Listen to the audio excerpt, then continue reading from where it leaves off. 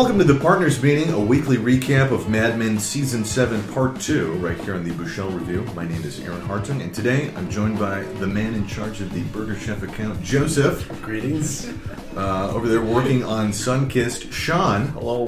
And in charge of C-Core Laxatives, Paul. Charge of laxatives, thank you. Katie is apparently moving today. Get it? The laxative moving? Haha. There we go. Last week, Joan hit it off with Richard from California. Don failed to give Peggy a proper performance review, and the great Glenn Bishop took one last curtain call. But this week, we have some time in our life to discuss a new episode. We actually all just watched it together. What did everyone think? It's another one of those episodes where I think they're throwing you for a loop. You can't picture where they're going to go with it. I have to say that there were definitely a number of things, thoughts that I had that went to smithereens when this episode happened, because they just, I don't know. What were some things that went to smithereens in your mind? Well, last episode we talked about what's going to happen with Don. He's got 30 days on this lease, and I actually thought it was really interesting that you've got Don, 30 days on his lease, and it sort of draws the focus to him. And then, lo and behold, SC&P, they get 30 days on their lease. And that kind of threw me for a loop, where it's like, oh, wait a minute, now the firms, their standings in question? I was so focused on Don and what was going to happen with Don that I didn't even think about. So I thought that was an interesting twist. Yeah, and I thought he would just fade away or something, but then I forgot. Oh, yeah, they're locked in on their contracts for like 4 years with this place. Oh, right, McCann. Totally, with that deal that they made with McCann. Yeah, so. if they don't follow through with their agreement, then they're going to have to give all that money back or whatever. It's probably in their contract. He was part of the reason they negotiated to get him in the first place. He takes a more complicated role than I think I kind of previously thought about. Do you think Roger has any regrets about making that deal? Now that's at first it seemed that way, but now it's like they get what they want in a weird way. They get all the big accounts. They can't, but Jones just like right away, we can't trust them. They're buttering us up for some reason. When she's like riding in the cab with Pete, but I think I'm jumping a little bit because there were some interesting things at the beginning of the episode, like Diana leaving him messages, but then he can't hear the messages because the messaging company representative was like, no, she said she doesn't want this, so we can't give them to you, and then, Well, then she didn't leave a phone number. No. By the way, I was actually, it's funny that you mentioned that because previously I thought Don was like part of a dating service or something. Oh, see, I think that was a joke when you said that. No, I think I guess I didn't realize, when was the first answering machine created? Like 1980? Yeah. Oh, it's going to be maybe a little later than that. Yeah, something like that. So I guess, so he must have a service where when he's not home, it's just routed to this company, and then they're the person they're like essentially the housewife that sits around all day and writes down like who called and at what time. That's going to be something. I wonder how people felt at the time, because when you have answering machines, well, that's just being recorded in your home. But how do you think you felt when you got a message and somebody else listened to this message? It could have been your wife saying, I wanted a divorce. Or it could have been like... But it's not a message, though. It's someone... Well, right. That's what I'm saying, is that the message is relayed by a human being that had to listen to that message, which could be very personal to you. Hey, sexy, come over with that thing. Right. And then it's like... But the thing is too, though, no one's going to... Because they're aware of it and they know that an actual person's taking it, they might not be as direct when they leave the message, right? It maybe take a different strategy, but then the answering machine, you wouldn't just leave us like a weird message if you knew someone else might check that message, right? Or maybe you would. Or maybe you would, sexy. Ooh, to be caught. Ooh. I don't know if you guys noticed, the episode was directed by Jared Harris, who's probably better known as being the actor who played the late, great Lane Price.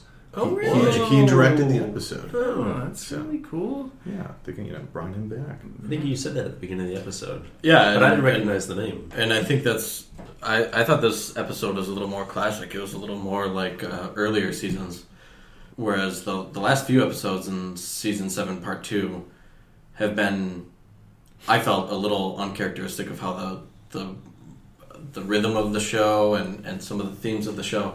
And this, I felt, kind of got back to it, where it really was focused on the partners. They really didn't bring in like a new love interest or anything like that. It was really focused on the business, which is something everything else in the last couple episodes has been very personal. Joan meeting the new guy, Don and Diana.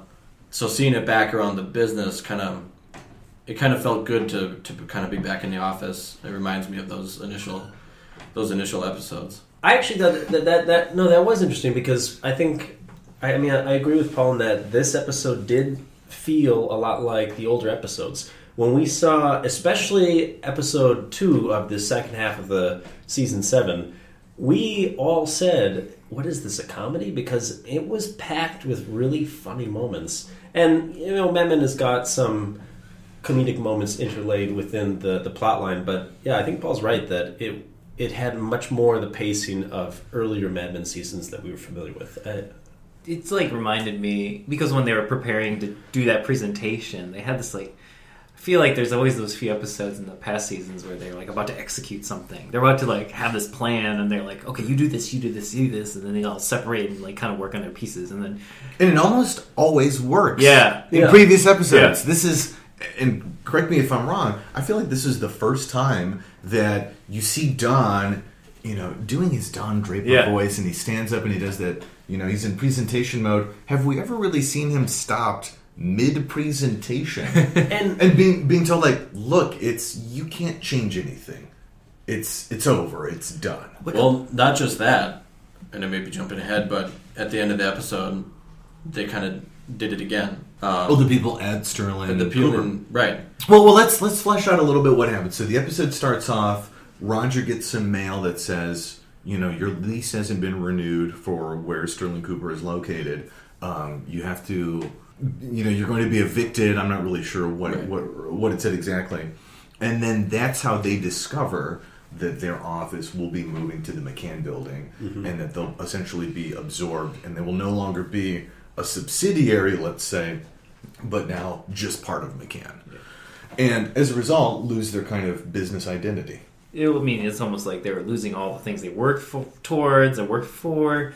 They're maybe kind of afraid of what they'll have. I think Joan is the indicator of maybe this isn't all going to be great sunshine and rainbow land of just, we get to work with even the big boys now, the Coca-Cola, Buick, and he just goes down the line, and it's obviously he skipped over Joan, and it's wait a second. And on top of that, I think she was right that you can't just trust this crazy competitor. Well, because think about it. If they have Coca-Cola before acquiring Sterling Cooper, someone else at McCann has been working on Coca-Cola. Oh, yeah. So there's no way that they bring in Sterling Cooper and go you, the person that got Coca-Cola, and you, the person that got Buick, we're now giving those jobs to these people. That just wouldn't happen. Right. You'd be brought in and maybe help out and be a part of it, but you wouldn't own it the way that they own their clients or have those relationships that we've seen in previous episodes, right? I mean, maybe that's what that guy was. What's the Jim? Jim Hobart. Yeah, Jim Hobart. It's buttering them up to just basically, they're just subduing their opponent in a weird way, and he's like, "You won," but that's maybe he's lying. Probably. I mean, we'll see what happens overall, but. Once she mentioned that, I was kind of caught up in oh man, maybe this is good for them. And then once Joan's scene came up in the cab with Pete, I was like, oh, maybe this was not good for them, and they just got screwed basically. And maybe that's in the end when everyone in the office doesn't even listen to Roger anymore. That's what they thought, because they've been kind of moved around quite a bit, and they probably weaned off a bunch of people at each move, right? Well, so we know that for the partners, because of their non-compete clause, they're essentially stuck. It's they have to go to McCann. Yeah. But for people like Peggy or for people like Rizzo, they kind of have an opportunity to think about, will I go somewhere else? Should I get a different job? Now, who is the person that met Peggy in her apartment? He was sort of like a Doug Phillips-esque character. So, a headhunter, right? Was that kind of what that person was? Yeah. She was looking for... Or kind of, I guess you could say a career counselor. He was, I don't know if he was actively inviting offers, but seeing where she would be a good fit or something like that. Kind of career advisor. And you got to think that was probably a job before the internet. I mean, that was probably, whole firms of people. Oh, totally. Totally, yeah. Because you could only find out about jobs, let's say, through newspaper classifieds and things like that, or obviously the same way that it works down like networking from other people. Having your hand in the pudding. But it was kind of hard to see Peggy, get the news that, well, because you don't have an Ivy League degree or any degree, you really have to go to McCann. Yeah. Because you built yourself up through Sterling Cooper, but to other companies, that's not going to mean anything to them. Well, in that way, one thing that the characters probably are or should be scared about is, at least for Joan and Peggy, they've been kind of sheltered within the way Sterling Cooper does things. And probably the same is true with Don. And I mean, Don's mystique, his greatness, doesn't hold as much outside of Sterling Cooper. In the real world, it's a lot tougher. In the real world for Peggy, it's a lot tougher because she doesn't have a degree. In the real world for Joan, she's just a secretary who has got all the right curves. So part of probably some of these characters' fears is that they're stepping outside of the shelter in probably a more cutthroat world. Well, like what you were just saying about Joan, Sean, you mentioned it earlier, in that cab ride home, she's sort of lamenting to Pete when Jim Hobart's like, Roger, you get Buick, and Ted, you get this pharmaceutical. And he lines one up for everyone except Joan. Right. He just lists off 4 things, not 5. And even earlier in that scene, there's a little patriarchal when Joan is about to take a seat at the table, Roger pulls out the chair and he's like, well, it's good to see we got some old-fashioned manners around here. That's what we need more of McCann. And it's like, oh, okay, because women are lesser than men. Yeah. Well, but I mean, no, isn't that what that was sort of, the way that scene was written, isn't that what that was supposed to convey? Right. That Joan is just a pretty lady who you open her chair up and sit her down. Like, she can't be in charge of Coca-Cola. She's a lady. And then later on with the beers, they're either their beers are empty, or close to empty, and she's got basically a full beer. So they all raise a glass, and she's got a full beer compared to the men. Well, let's not discount that. They could have had like 4 or 5 before that point. They could have had some whiskeys in the office. There were multiple empty glasses on that table, and it was not her first beer. Right, the visual picture of. She stands out yet again. The other guys almost had the exact same amount, and I was actually impressed because, of course, I think it was Roger and who's the other guy? Not Ted. They were sitting closest to the screen, and when they drank, it's almost like they had the same amount. So it seemed like a very intentional move to, as Paul said, set Joan apart in a way. I mean, who knows to what purpose? Yeah. But it seemed like they talk about how Matthew Weiner is very specific. And everything is calculated through him. So I would believe it if someone told me that was done for whatever. I'm sure that's a choice that's made. That didn't happen by chance. Right. I mean that, or like she's meeting with what's his name from California who got red eye tickets to New York right away. Richard. Yeah, Richard. Like, does he want to be like sloppy? And, Lisa, put me on the red eye. Yeah. But I think that was part of it. I mean, that's what I saw it as. Like, she doesn't... Like, they were all kind of drunk, and she was kind of holding it together. And like, oh, I got to meet this person. I got plans. And Pete didn't seem to have, like, a bunch of booze either. And he had plans with Trudy, which was kind of weird. That was kind of weird. Were we supposed to... Assume something? Assume that he was going to go to her home? Or, his old home kind of way out in the country? I don't know. It's kind of a weird situation because they like hated each other's guts. Even in the headmaster scene where they're like almost at each other's throats at us for a second, and then they like all of a sudden become nice when he enters. And let's talk about that too for a second. So it's great to see because at least for the last, let's say, season and a half, Pete and Trudy have been at odds, mostly because of Pete's doing, or let's say all because of Pete's doing. But the moment that guy walks in, they both turn on that Campbell charm and just go into that charm offensive. And we talked about last week Vincent Kartheiser, Pete's diction. It's only matched by Trudy's. They are just perfectly enunciated, those two. And this is part of, I think, that scene is that they both come from rich families and like the yacht club and all the fancy things. Campbell has gone to this school for every year since it was a bar. Exactly. And I think I'm wondering if both of these characters are starting. They went out into the wilderness. Pete had his wild years, and he's starting to realize that things aren't as great, and he's starting to go back to where he's comfortable, back into his little bubble where he can be I think we've seen that with Pete through the last couple seasons even. Like, he's been lonely a lot, sad, but then he can still, like, turn it on and be, like, this fake version where he can crack a few jokes and, like, ham it up for the clients and stuff. But, yeah. I have to agree with Paul, because when they first broke off, like Paul said, they were very proper and very, what would be thought of me if I did this or that. And it seems like, Pete who broke off? When Trudy and Pete broke it off. Okay. And when Pete broke off, he had his wild years, went to California. But in a lot of ways, Trudy, by herself in New York, has seemed to learn a lot of lessons through that. And I guess that they would get back together. I feel like if any couple that is separated, over Don and Betty, over Don and Megan, I feel like Trudy and Pete will come back together because they realized, hey, we've been apart and we're a pretty good team together, now that we've grown up a little bit. That's what I've always thought the best couple, the couple that seemed like the best fit on the show, was always Pete and Trudy. Yeah. They just seem to complement each other and each other's sort of skill sets very well. Very well. Yeah, I've always loved when they're together. I think they're great together. And to see what was really sweet was when that headmaster, a McDonald, by the way, told him, it's like, well, your wife is very arrogant because she didn't apply to any other schools, and he just gets so angry and so, like a rooster, just getting his feathers all kind of worked up, and was like, we're not leaving until you apologize to Drew. And then it was great later when she's like, it's really hard, all the dads, they won't leave me alone, and it's like the headmaster at the backup school, and he goes, what school is it? And she's like, Pete, you can't punch everyone. And I was like, that's amazing. Well, let's go back to the headmaster now, the McDonald, and he came into the night and slit our throats kind of thing. And yeah, how far back are we going? Okay, so I did. The king ordered it. I did some rudimentary research.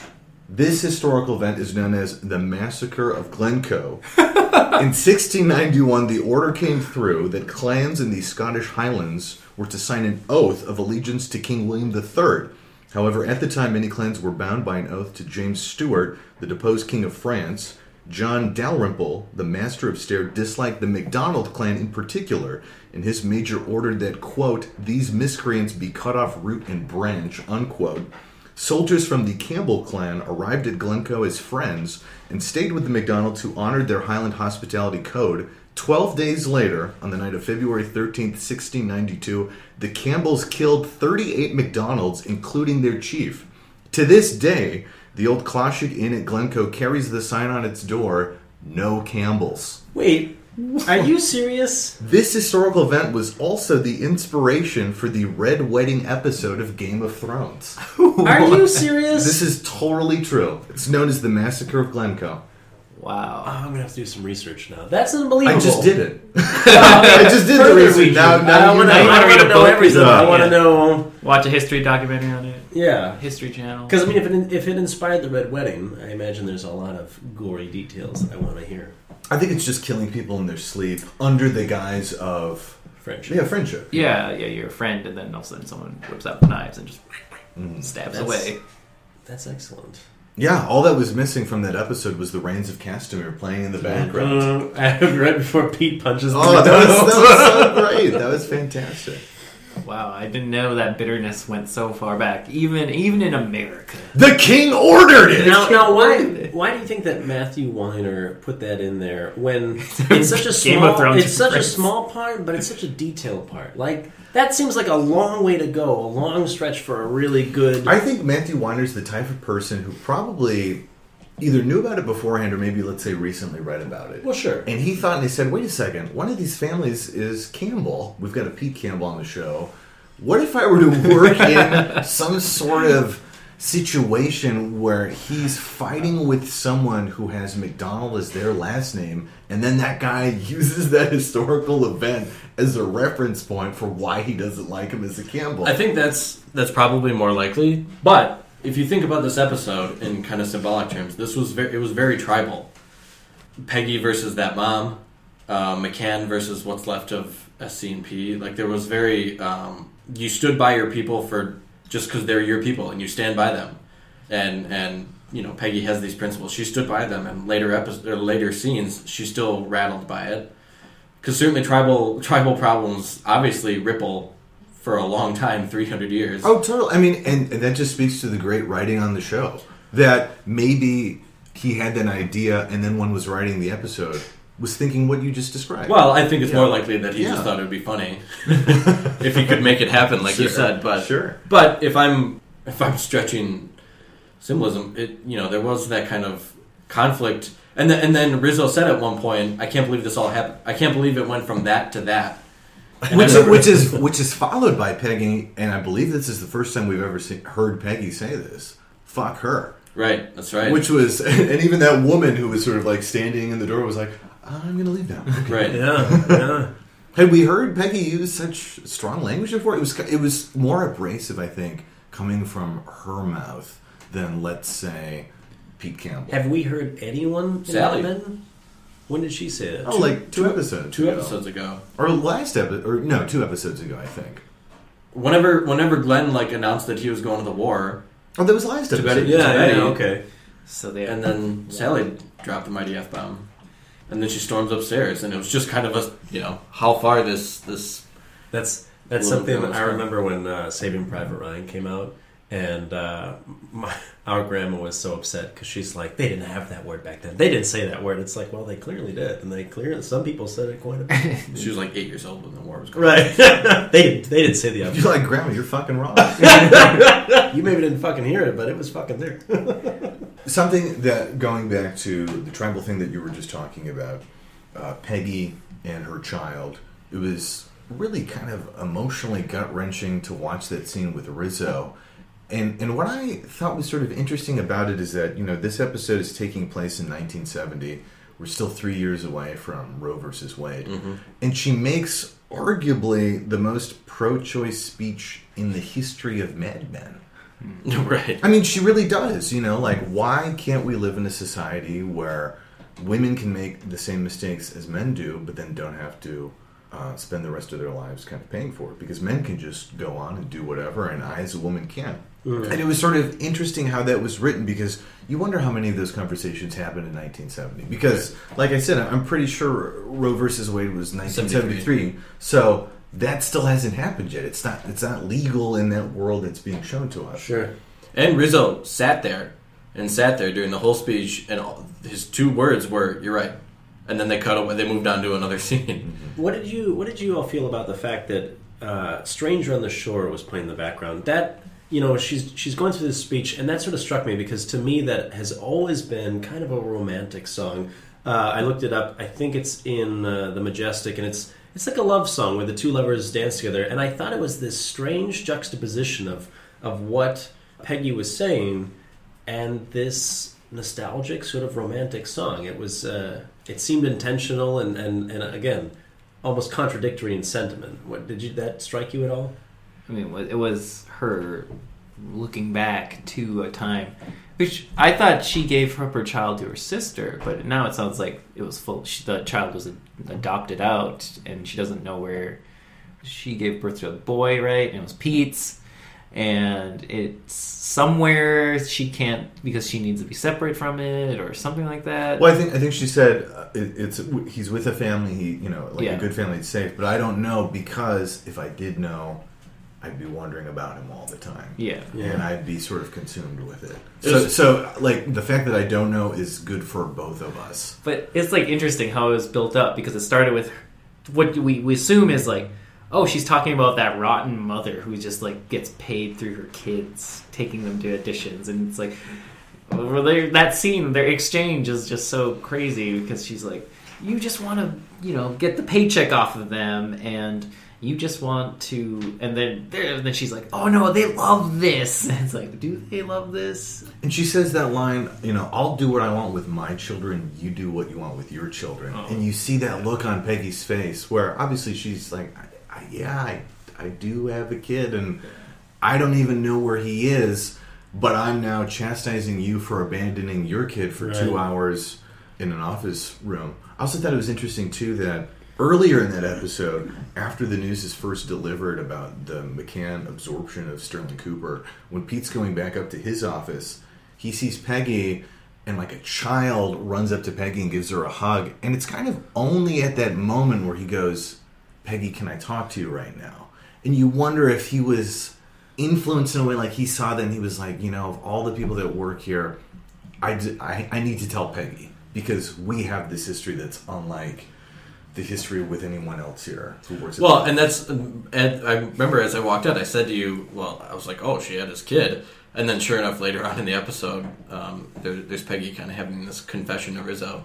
But I think it also was like, they've been with the company forever. The two of them, from the beginning, I think, their careers started with this company. And didn't Pete say this is the only job I've ever had? Right. Yeah, it's like that. I think it's also... Who else has kind of maintained? Harry, I think, is from the original. Joan, we've seen Joan since the beginning. Obviously Roger. Roger and Don, yeah. Yeah, and it's probably a slew of other minor characters that... Or not. I don't. To be honest, I don't... Probably that's it, when you think about it. It's like those select few people... And they probably, have this weird connection because they've just worked together for so long. I guess Peggy had that little break before her company to merge with Sterling, or whatever Ted's company. Cutler, Shaw, and someone else. Yeah. That one guy who died of cancer. Yeah, and then they merged and whatever, so... Oh, yeah, that's right. You forget that Peggy briefly worked with a different ad agency. Well, and same with this. I think even the audience kind of forgets that she had this kid... and then Don was the only one that came to visit her in the hospital. But it also reminded me, like, if this were a real person, how often her mind would wander to that. When she would see a commercial, how often her mind would wander to the son or looking back about, because everyone kind of looks back and they're like, man, I could have made better decisions, I could have done this and that. And it's got to be even more powerful when she's got to work every day with Pete. Even though Don said it will scare. What did he say? It'll frighten you how much it never happened.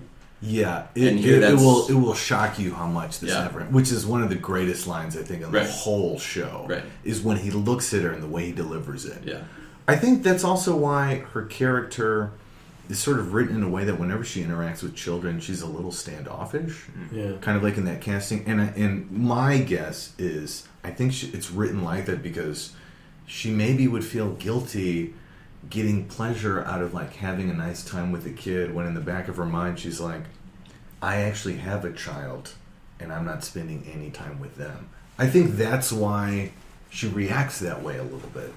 What about that kid who used to live in her apartment building who watched TV all the time? Oh, what was his name? I don't know. Antonio? No, it was Julio? Coolio! Yeah, I think it was Julio. Nice. Yeah, and she warmed up for a little bit, but then I think she finally said, you can't keep coming down here to watch TV. No. Well, she got sad because the mom wanted to move away to a nicer neighborhood. Oh, that's right. Okay. Julio. That kid was adorable. Can I just sit here and watch TV? Yep. But I like the because not just so it's 1970s, not right before Roe vs. Wade, but it's also right before kind of the feminist revolution. So to have Peggy kind of go give that speech, it's like she was you could say she was kind of ahead of the curve of the feminist revolution, although you could say it's not completely done nowadays. But yeah, it's kind of interesting that, and then she could probably only say that to Rizzo, who's this Neanderthal hippie guy. If she said it to Roger or even Harry, she would probably get slapped down with some kind of macho thing. Well, and that's why Joan also says in that cab ride with Pete, no one's going to look at me. Right. When we go to McCann, no one's going to look at me the same way they do here. No one's going to respect me and the authority and everything that I've done to get to my position. That will mean nothing to those men over there. And we know that because we remember, I think it was like 2 episodes when they're doing the Topaz meeting with the people from McCann, and they're just total pigs to her. Right. Those like 3 And then it guys. turns out that she and Joan go at each other's throats, and you almost forget, in the elevator when Joan and Peggy are kind of there's almost like two at this time. The characters of Joan and Peggy are kind of struggling to break out of the two slots that they're kind of forced in. Joan is this like sex symbol, and she's having trouble breaking out of that, being taken seriously. Peggy's having trouble being taken seriously because although she's creative, although she's brilliant, she's still a woman who should care about womanly things. Mm-hmm. And so Peggy's almost fighting her own masculinity to become more feminine, to have kids, to be in a relationship, to whatever. Joan's almost fighting her own femininity because all she's seen is something sexual and not as somebody legit in the office. Just think, if Peggy would have never written A Basket Full of Kisses, her whole career would have been totally different. She only has herself to blame, I guess. Obviously, the big move of the episode is Sterling Cooper going over to McCann. I would say arguably the second biggest move of the episode, Lou Avery going to Tokyo. Yeah, that's right. Scout's Honor is going to be made into a cartoon by the same folks who did Speed Racer, which I'm sure we all know. So Lou Avery blowing up here. Joseph, if they do your prediction of showing what happens to everyone in the future, maybe Lou Avery's going to be this multi-billionaire by like 1985. Yeah, or maybe he'll just be a tall white man in Japan. I mean, like... Maybe he gets in on the ground floor of, like, Nintendo. You think he's that forward-thinking? He creates Donkey Kong. No, but this kind of character... What did they say? It was a... monkey in a uniform? Yeah. Well, this character kind of he's fallen ass backwards into, like, all his great... I mean, who thinks that a monkey in the military or whatever, Scout's Honor... It's like is going to get picked up? Right. Except with a monkey. So he keeps, like, falling in. He uniquely... So that... Okay, mark it down. That's my prediction. He gets in on the ground floor of Nintendo. And he creates Diddy Kong. That'd be great if that... Diddy Kong? Diddy Kong really doesn't show up until, like, 96. Yeah. Okay. What a crazy reference. This is kind of... Okay, no. That's like... I think that's going too far, but... I think that's great. We just got really nerdy. I hope that it's like... I'm trying to anti-nerd this stuff right now. Lou Avery in Japan, and he's like, guys, it should be... wait, I don't know what the Donkey Kong's theme is. But he comes up with the... da-da-da-da-da-da. I think Mad Men has done a good job not to, like, plant things that, like, oh, look at, this is the origin of this now. Like, I think they're not trying to create, like, this... An alternative history. Yeah, they're creating this, like, kind of using the time period as something to contextualize it. What's going on? Like, I think what it's clearly, I think we've mentioned a few times, is becoming apparent is, like, what is the role of women from this time, and what, shockingly, how similar it is to it now. Right, that's kind of what's interesting about the show. I mean, the show's being made in 2015, but it's set in 1970, and yet so many things still ring true today, and you wonder, why is that? Right, and I think that's kind of the weird lens they're doing, and you're just kind of... It's less about... They have the events in to maybe give the characters reaction, something to react against, but I don't think they ever attempt to go, oh, this is some... They purposely create fake companies or, like, model, I think, companies off of real companies to then use as fuel, but they never use it as, like, oh, look at... I mean, the Lucky Strike thing was one thing where they're like, oh, they created this really great slogan for Lucky Strike, and they still use it today. I think that is actually the slogan for Lucky Strike, right? It's toasted. Yeah. So, but I think that's the last... Or the carousel one, too, for the Kodak carousel with the projecting, film, like, rotating thing. I think that's this... Yeah, that's real, too, but... The thrust of those episodes wasn't the fact that they created these great ideas. It was, because these ideas came from very personal places within these characters, and I think that's definitely like the carousel when he does the presentation, it makes everyone cry. It's like one of my favorite things. But it's like when Harry runs out of the room. Yeah, that's so great. They're completely sold on it, and just like everyone's weeping basically, and it's like he like. But basically faked all this shit to do that. You know, it's wild. Like, he used his personal life to really connect with somebody, and it's all fake in the end. And that's kind of the most depressing thing, because I think now we're reaching back to that episode. But, like, the end of the episode, he just, like, sits on the stairs as his, like, family's all away, and it's like, oh, this is my life. Yeah, right, yeah, because all of those photos that he shows are, him with his wife, or, like, his child being born, or, like, a happy birthday party. When up until that point, all we've seen is him just cheat on his wife. Yeah. So, well, as far as the time thing, Peggy had a Time magazine on her counter, and it was a man on there, but I really wanted to see who it was. I mean, that's kind of the subtle ways that Mad Men give historical context, and I was trying to think like who in 1970 would be on cover of Time magazine, but I couldn't see who it was. Tom Hanks's son. What's his? I don't know. Colin Hanks. Colin Hanks in an interview. he was talking about being on the show Mad Men as the priest in the first season, and he said, I think that was the second season. Season, Mm-hmm. And he said it was incredible because at one point when he visits, is it Peggy's mom's apartment? He visits there. He said he picked up, I think it was a Time magazine or a TV guide, and he said, sure enough, it was a TV guide from that day in that year that they were filming. And he said that he flipped through it, and it was exactly. And then apparently through a couple of episodes, they changed the TV guide with not only the year but the day. So Or that particular week that it would have been. Right. Yeah. I mean, TV Guide used to come out every day back in the day. Yeah. They used to print media was so much better in those days. You get your morning TV guide and your evening TV guide back then. That's the attention to detail that would be required to maintain some of the things that keep the show interesting and alive, and probably help the actors a lot, put them in the zone to get them in the mindset of their characters a little bit. I think every little bit helps to do that. That's one thing to keep watching, because there's always these little clues, fashion tips, like kind of furniture, all those little things that they just pay so much attention to that I think, whenever the show kind of bores me, or like I'm not interested in what's happening, or I'm sick of what's, he's cheating on his wife again. It's like, I can still pay attention to the furniture or the background. The little details. The little details. And that's what, maybe garners like second viewings and stuff, is you can go through and pick out those little details and read beyond. And you can also probably use those as little predicting points, too, to predict what's going to happen. Yeah, like as the sideburns get longer, we're sort of moving later in the 60s, things like that, as the as the pant legs kind of flare out a little bit. You can tell where we're going. Or even the the juxtapositions of colors and things like that. I mean, there's the period sensitive stuff, but like I thought it was interesting in this episode how when you have the call between Roger and McCann's got that very brown wood look that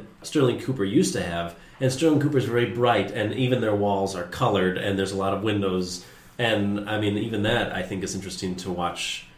It's stimulating to watch. Maybe that's like that kind of shows like maybe McCann is like this more traditional thing, and Sterling Cooper is more innovative, and it'd be interesting to see what happens if we get to see the merger. Even like that's maybe something. Are we going to see the merger happen in the next few episodes, or are they going to go in the McCann building, or is it all going to end before that jump?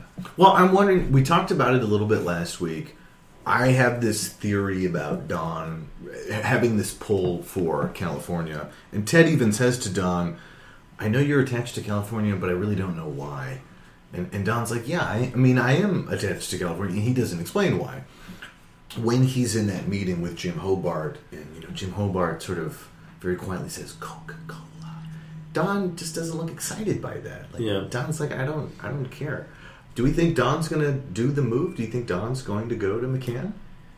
I find it hard to believe he is, because the whole money thing, he has to hold up his contract for like 4 years, right? Is that what it is? Well, I think he has a non-compete clause, so he could leave and choose not to be with McCann, but then he could not do advertising for 4 years. Okay, which sounds like he's ready to give up anyway. Right, exactly.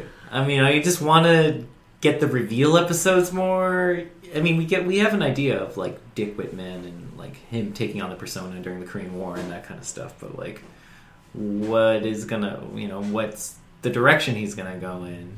Like, that's maybe what we're going to see. Because how many episodes are left now? There's only 3 left. 3 left. And only 3 episodes of Mad Men left ever. That's crazy.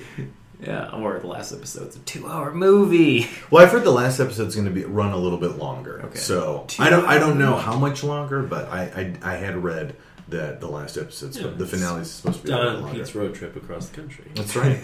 I only hope that his windshield's a lot cleaner this time. And he does like they do the brothers thing. Or like, we're different, but we get along.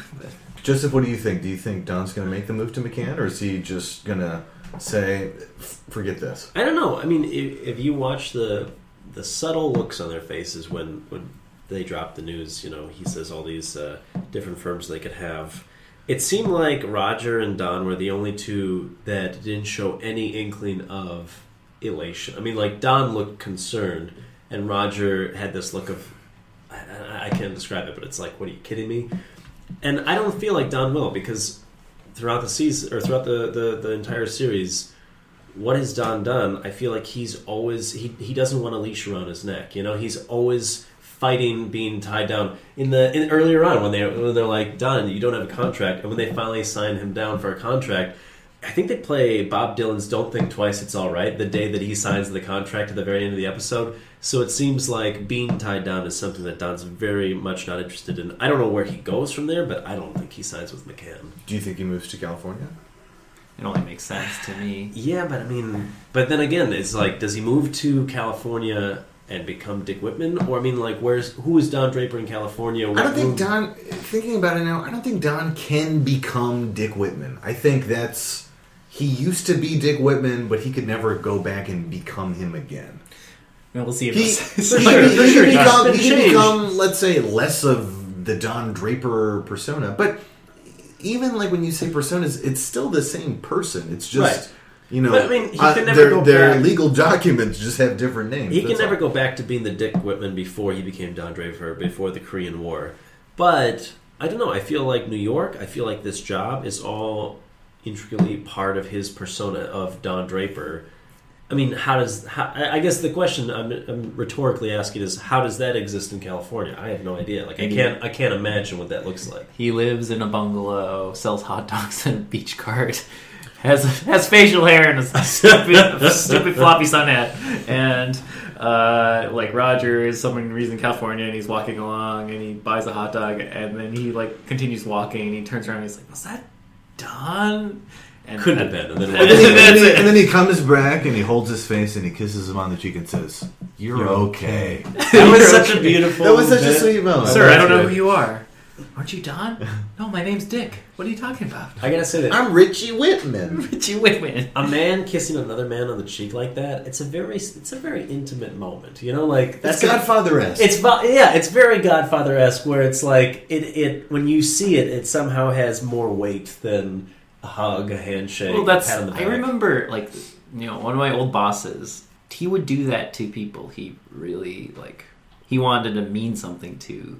He would hug them and he'd grab them and he'd kiss them on the cheek, and it's kind of an intimacy that it has that, but it's more European in a weird way. Yeah, right? Definitely. And European, Latin American. Sure, and it does kind of show you mean so much to me. That's what I think. It's very brotherly in a way, right? Yeah. Not to Midwestern people because they barely even hug, but and if they do, the pelvises are sticking way out. Yeah. Paul, what do you think? What's Don going to do? Are you going to kiss your brother first of all? By the time we get to the finish line. Well, it's where Anna Draper is buried, and when he went out to visit her in California, he stopped by those guys and said, "Yeah, I think he said he used to sell hot rods or something like that. Race them or something." Yeah. So I don't know if he could go back if he will switch his name again, because then it would kind of. I think Matthew Weiner knows that that's a little bit of a mistake that Lost and The Sopranos made, where it was left the audience thinking, so what was all this? What was all this? But he's running out of time with his apartment, and they have not shown him in any rush to find a new place to. And I could see him finally he's got all the money that he probably wanted, and he kind of just leads some kind of simple life by the ocean, where maybe he writes some kind of simple life without Carnes honking or the mystery of the next chase with a woman. I think he finally just goes. Maybe he won't even say it, but he kind of goes, I started as this poor little dirt farm boy, yes, in a whorehouse, but it's very simple, and I need to go back to that because clearly I couldn't handle my life when it was more complex than that. Now, this is a question that we have asked about a previous episode when he's talking to his realtor, and she said, "I can't sell this place," and he's like, "Why? It's a great place." And she says, "Because it's just depressing." And he's like, "A lot of happy things happened here." And she's like, "Well, you couldn't tell by looking at it." And we had discussed that at least I know that I had thought that the last time I felt Don was truly ever happy was when he was in California with Anna Draper. but I can't figure out why that would be. I can't figure that out. Because when he left, when he absconded, he left for a long time. And everyone was like, where the hell is Don Draper? She was the only one he was ever peaceful with. He's had conflict with each and every person, maybe except Roger. Who can't get along with Roger? Come on! Roger gets along with everybody. Like, there's been conflict. He's had conflict with each and every person, and she was kind of like the oracle, almost like a therapist, that he would return to. When he had problems with Betty, he would just disappear to California, and then he would just pop back.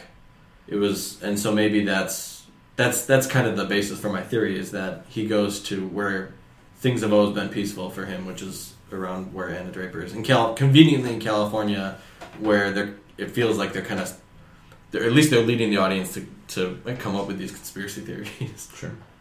You got to think about how brilliant Matthew Weiner has to be to come up with a character so complex that we are perplexed by thinking about him.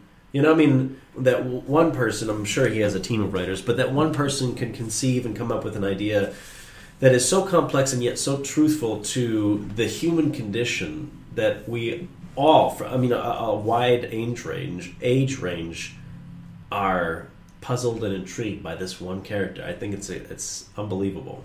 It's great writing. It's a very well-written, well-constructed television show. Do you feel like the next thing he touches, people are going to go bananas? Because, like, Vince Gilligan? He has his own island, too. When he made Breaking Bad, I mean, it put him on the map. Weiner's now done The Sopranos and mastered this. Although he worked on The Sopranos. He worked on The Sopranos. That's not his show. No, but you said that he was a major writer. I mean, like that. I would say the last 2 to 3 seasons of The Sopranos, he was one of the key writers. Yeah, that can't go unnoticed. What I'm saying is that he was, a key writer for The Sopranos.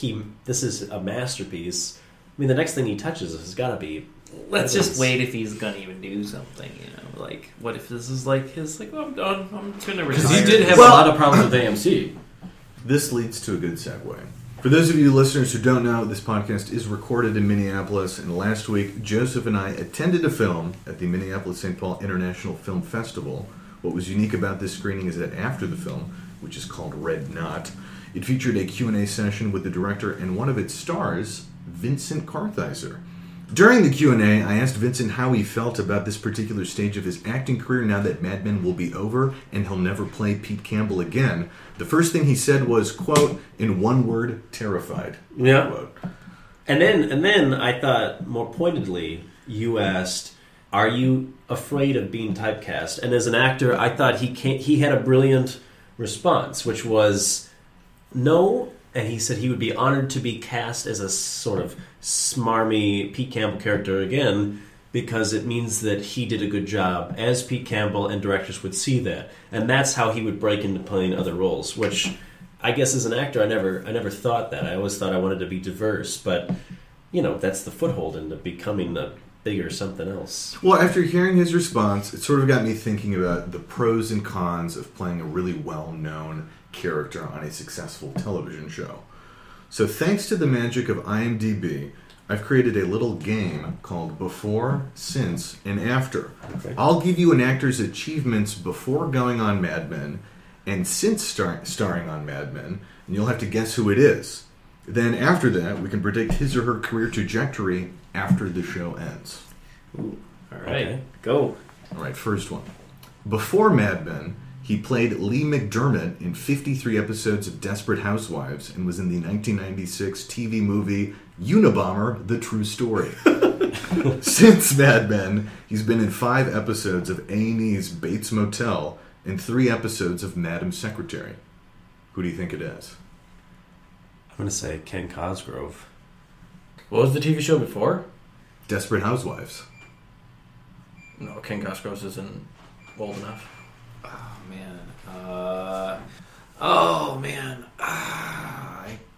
I'm terrible at this kind of stuff, so it's gotta. I don't want to say it's the guy who plays Roger Sterling, but it seems to make sense to me right now.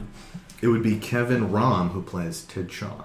Oh, really? That's right. Ted I Shaw. didn't even think of him. Yeah. Do we think Kevin Rahm will have much success after Mad Men? More character acting. Yeah, he'll have bit roles. I mean, not He's small. I think he's a good actor. Yeah. I feel like I've seen him a lot here or there. common enough. So. He'll have all right roles, but I don't think he'll ever star in anything. Not even in the capacity that he has in Mad Men. So you don't see him as a leading man, let's say, on a television show. No, he doesn't have. I mean, you look at him versus Don. Don is striking. Don is mysterious, even just in his look, and Ted is kind of plain, which is fine, you know. Okay. Which I think was intentional, because even Saul from Breaking Bad kind of had this. You kind of felt like he could sustain a show by himself. I don't know if Ted even has the storyline quite there to. Do you say AMC's not going to greenlight Better Call Ted? Probably not. Or Mad Ted. All right, here's another one for Better you guys. Ted than dead. Better Ted than dead. Well, by 2015, he probably would be dead. Yeah. Okay, so here's another one. Before Mad Men, she was in 4 episodes of MTV's Undressed and 4 episodes of ER. Since Mad Men, she starred alongside Ryan Gosling in the 2011 movie Drive, which is great, by the way. Do you guys know who that is? Oh, that's Joan. That's Joan. Nice job. Yeah, Christina I Hendricks. saw that movie. Well, she was also in Firefly, a repeat character in that show. So I think that's pretty significant. That show's got a cult following. She's totally, I think, able to probably move on. I mean, she's been in commercials and stuff. Yeah. As, like, I think that's a big deal when you can, like, carry a commercial, right? I would say with her character, though, with her specifically, she might have a harder time breaking out of the Joan mold than some of the other characters. I mean, we've already seen John Hamm do other things, and Pete Campbell might be the other one, where it's like they played such specific characters that were so juicy, kind of like Kramer. I mean, what is Michael Richards? What has he been in since? And I think it's because the Seinfeld curse. They played such specific roles that were so rich. And so well written. I think you just every time you see them, you just quickly associate them. I mean, whenever Christina Hendricks shows up, I never go, "That's Christina Hendricks." I'm like, "Oh, that's Joan." Right, from Mad Men." exactly. But I could see if she's wearing a plaid button-up shirt and jeans and no makeup and her hair's frizzled because she's playing, I don't know, a drug addict. That takes that's far enough removed from the very well put together. So you're saying she could never play a role, let's say, where she's sort of glamorous because too many people would quickly make the association with the Joan? Not for a while. Okay, and I think she has the versatility because in the movie Drive, I would say she is. You would have to take a hard look at her in that movie to even recognize her. Well, her head does get blown off. Spoiler alert! So it's hard. Yes, to it gets blown off. No, right. It's hard to recognize her after that. Before that, she has a very different look. And in Firefly, she plays a strong character, but a different character from Joan. So I think she's got the chops. I just don't know if she'll be able to break out. Okay, here's another one. Before Mad Men, she played Courtney in 21 episodes of the WB's Jack and Bobby. Since Mad Men, I know this she got topless in 2010's Hot Tub Time Machine. Yep. That's Megan. Jessica Paré. Really? Mm-hmm. You almost wouldn't recognize her in the Jack and Bobby, and I need to look up that clip of Hot Tub I was Time just Machine. going to say. You definitely recognize her. Oh boy. Do you think she'll have much of a career after Mad Men, even with the teeth? It's a shame because she's really talented, and I think that's a great thing that Mad Men did. Is that do they have beautiful people? Yes, but you can get away with things with teeth, a tooth gap, or big teeth like Gary Busey that will characterize you. Who's the guy? He's on Boardwalk Empire. Buscemi. His teeth. I mean, they go along with his face. Like that. It's part of it. It's sort of a shame. I feel like she's going to be put into a corner as a certain type of, but I think she's uniquely talented. Again, it's kind of hard to. I can't see her outside of being the Megan Draper or whatever her It's maiden tough, name isn't is. it? Yeah, it's tough when they do such a good job on this show. Because that's how I've seen her, but she's probably. I have to see another thing she's in before, because it sounds like she could be, available to do other kind of roles. All right, here's another one. Before Mad Men, he played Courtney's dad in 22 episodes of the WB's Jack and Bobby. Jack and Bobby. And since Mad Men, he starred alongside Matt Damon in 2011's The Adjustment Bureau. John Slattery. Also, it's kind of amazing. He was in this WB show with Jessica Paré. He played her dad. I want to see when he's younger. I want to see what he looked like. He still had white hair. Really? I'd love to see what he looks like with it. I've seen him, and randomly I saw him in a Law and Order episode. Oh, okay. And he was also on 30 Rock for a little bit. I think so, yeah. He was a crazy guy. Arrested Development, he makes an appearance. Yeah. To me, he'll always be Roger Sterling. That character was so well written that every time he shows up, I mean, I don't think I could ever take him seriously in a dramatic role. The performance that he's had on Mad Men makes me think that he has to play something comedic kind of for the rest of his life. I think the opposite. I feel like I could see him only... I mean, I've seen him do, like, comedy things, and it's really funny because he can pull it off, but I think he can do the dramatic roles, too, because whenever you see Roger really serious... But, I mean, he'd probably be those, like, dark comedy ones where he's, like, so dramatic that it's funny, or it's, like... He'll always have some humor part of him. I could see him kind of having a relatively quiet career, but then doing something like Bruce Dern did in Nebraska, and then I think he was up for an Oscar for Best Actor. Like, I could see John Slattery just kind of, like, making a good living, and then doing something that's really kind of revelatory. And I think, though, that his performance in Mad Men... Vincent Kartheiser said that he was worried, he was nervous, he was scared. I think that his performance in Mad Men will... I don't think that he'll ever be short of work. I think that, he might pick and choose, but people will always approach him because he had an outstanding performance. Vincent Kartheiser did say he was nervous and joked several times about being unemployed. Yeah, but, he's young enough, and... I think, too, John Slattery... Is it Slattery? Yeah. Slattery. He's a little bit older. His career is packaged, and he might just play the Roger Sterling part. But that's enough at that age. I think that Vincent Kartheiser has to think about longevity. What does he want? I bring this up all the time, that when Philip Seymour Hoffman first started in Hollywood, in the movie Twister in 95, and in a few other movies around that time, he played the fat slob. And now we think of that and we think that's ridiculous because he's Philip Seymour Hoffman. But even he did a good job playing the fat slob. Oh, he did. Which just go to show his acting chops. But he was winning awards in Chicago theater, and I could see he had to do all that before anyone gave him a chance and said, "Hey, this could be an Oscar-winning actor." Right. I could see him going straight back into the... I mean, he did that run at the Guthrie for a little bit. Oh, sure. Maybe he'll just return hard and win some theater awards, and then just come back in with some crazy role that will get him. He seems like an indie film kind of guy too. Yeah. I got a few more. Okay. You ready for it? Next one I have for you. Before Mad Men, she played the president's daughter in 25 episodes of The West Wing. Since Mad Men, she starred as Detective Robin Griffin in all 7 episodes of Top of the Lake. Sean, do you know who that is? Elizabeth Moss. There you go. Yeah. Peggy Olson. Now, she, I think, has proven that she's more versatile than her role. And then the Top of the Lake is, I think, an instance of it. I mean, the similarity between the two characters is like they're strong women. I think. And Top of the Lake was really interesting. Yeah, I think she'll always be able to play a very strong, identifiable woman in anything she does. Right. And then you see her, evolution, I think, of her look between all the Mad Men seasons, and, she can adjust it, in 2 seconds. Look at her beginning, meek secretary, kind of poor, and then now, it's whoa. Well, she's had arguably the most dramatic physical change on the show. Oh, yeah. Don Draper doesn't look that much different from season 1. I was just saying that. But Peggy looks totally different in terms of how the clothing she wears and, how her hair is. I think she even lost some weight probably from the beginning. Because I think they she had a baby. Well, I mean...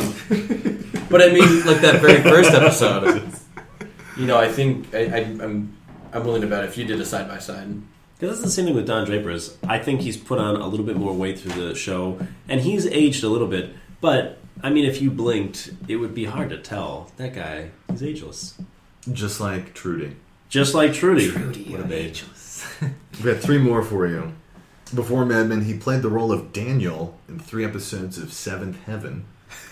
Since Mad Men, he starred as Detective Cole Phelps in the Rockstar video game L.A. Noire. Sean, what do you think? Okay, so he's in Seventh Heaven, and he's in a video game. It could be anybody, seriously. I have no idea. It would be Aaron Stanton, better known as Ken Cosgrove. Oh, there you go. Yeah. Do we see Aaron going places? I think that he could break out and become bigger. I mean, I think that the character of Ken Cosgrove is a little bit of a muted character. He's not as he's not as big a character as Roger Sterling or Pete Campbell. So I think, Kind of looks like a spy, though. Kind of looks like a spy, yeah. But I could see his career taking off a little bit. Maybe not, I could see him maybe not quite as a leading man because there doesn't seem to be any kind of like sex appeal to him. But he could be like a really strong, number 2 in something. I could see him being a leading man, but at the age of 50. Yeah. So if he stays in the business and, just kind of keeps plowing through, getting little bit roles here and there, for some reason I could see him older being a leading man, but not at this age. Because he's probably 30, 35 years old now, maybe? I think he'll play like a writer who lives in a barn and writes. Kind of a J.D. Salinger type, but very supportive. Or Dave Algonquin. Dave Algonquin. yeah, Dave, that sounds like... Ben Hargrove. Yeah, something like that. Okay. Yeah. Does that make sense?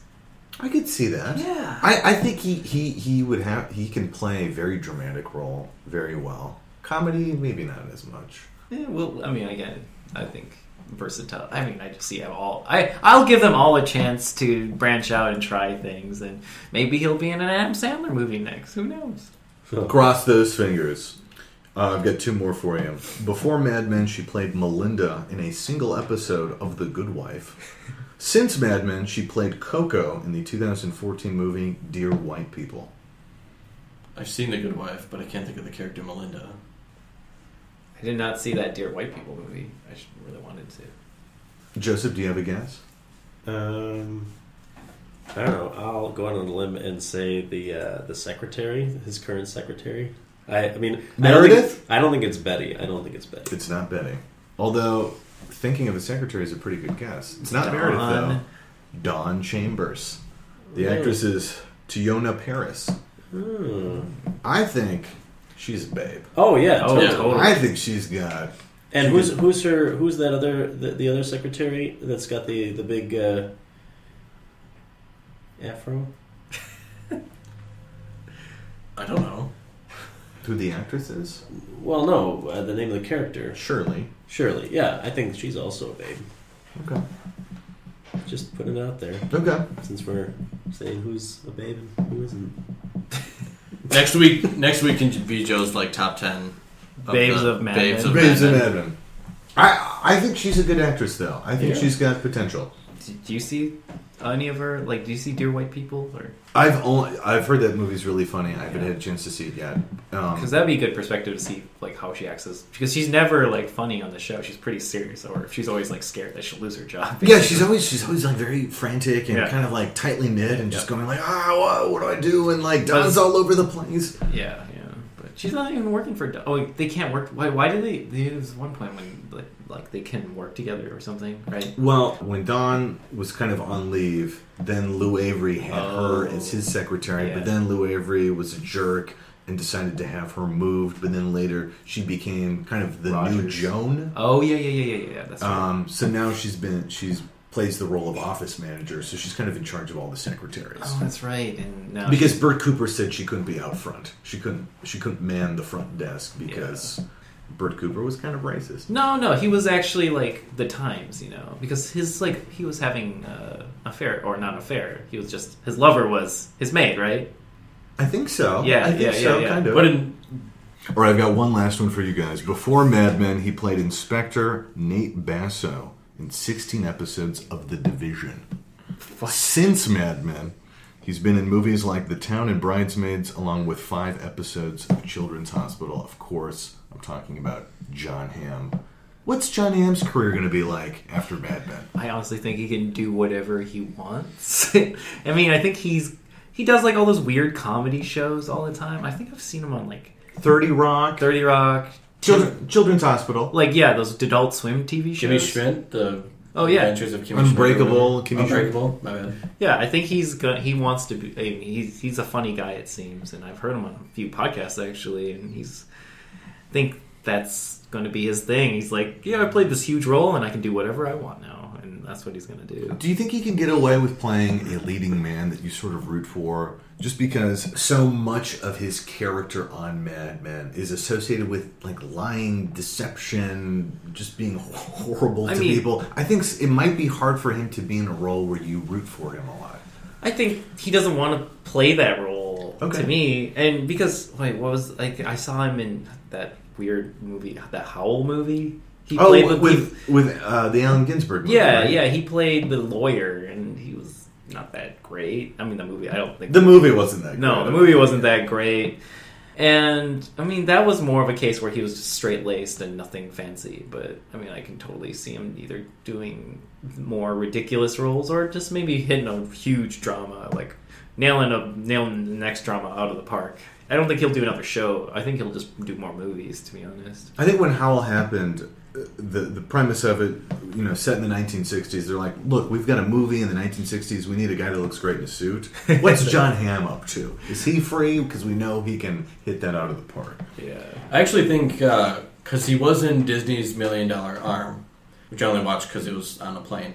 But I heard that was okay. I could see him doing like a Will Smith kind of Pursuit of Happiness thing, where the character is so down and out, you can't help but cheer for him. I could see him doing it. Joseph, what do you think? I feel like period piece, he could be someone you root for, but I mean, you look at anything else he's done, and he's kind of played a scoundrel. I mean, all the movies I've seen him in, I haven't seen The Town, where he plays the law enforcement. Yeah, that's a good movie, though. Yeah. But in every role I've seen him in, he looks good with a shotgun in his hands. yeah. I mean, he, like you said, he belongs in a certain time period. Or he's just, like, goofy. Who do we think will have the most successful post-Mad Men acting career? I would say Peggy. Mm-hmm. That would be my choice. Elizabeth Moss? I almost feel like she's already had the most success outside of Mad Men, during Mad Men, so it's only going to make sense that it'll keep going. Part of it's like she just chooses good roles for herself all the time, it seems. I mean, financial success, I would probably say John Hamm, just because, I mean, like, those Mercedes commercials probably pay him a bundle, but in terms of career, Elizabeth Moss. Yeah. Every NCAA tournament commercial, there was a Mercedes commercial with John Hamm. Yeah, I was thinking more how you would a critically acclaimed acting career, not necessarily who's going to have the biggest paychecks. I would bet Elizabeth Moss, she could be in a lot of female ensemble movies, do pretty well, like The Hours and August Osage County and stuff like that. So especially if there's a female kind of ensemble movie, that's where Elizabeth Moss could get something like an Oscar or really, really blow up into being viewed as among the elite of actresses. Well, I think she is more versatile than that even. And she was in that one romantic dark comedy with Mark Duplass. That smaller one, like The One You Love, I think it's called, or something. I remember seeing sort of the poster for it, but I didn't see the film, and I'm trying to remember what the exact title of it. Yeah, it's that one, which is kind of this crazy drama / sci-fi movie. Actually, I heard. I didn't actually see it either, but yeah, Top of the Lake. I thought watching that, I could separate her from her Peggy and then that character, and just like now seeing her on other things, I'm like, she's like stepped up to the point where now she can be whatever she needs to be in whatever role. Granted, she chooses probably really good roles for herself too. So we're thinking Elizabeth Moss and maybe Tiona Paris. Tiona Paris has a chance. Yeah, sure. I like her chances. Yeah, who's that? She plays Dawn Chambers. Oh, the secretary. Yeah, she's a hottie. Is anybody else a babe? Well, that concludes this week's episode of The Partners Meeting. If you'd like to get in touch, you can email us at thepartnersmeeting@gmail.com or tweet us using the handle @partnersmeeting. You can also listen to previous episodes on our website, jbushell.podbean.com. On behalf of Joseph, Sean, and Paul, I'm Aaron Hartung saying thanks for listening, and in the words of Pete Campbell, the king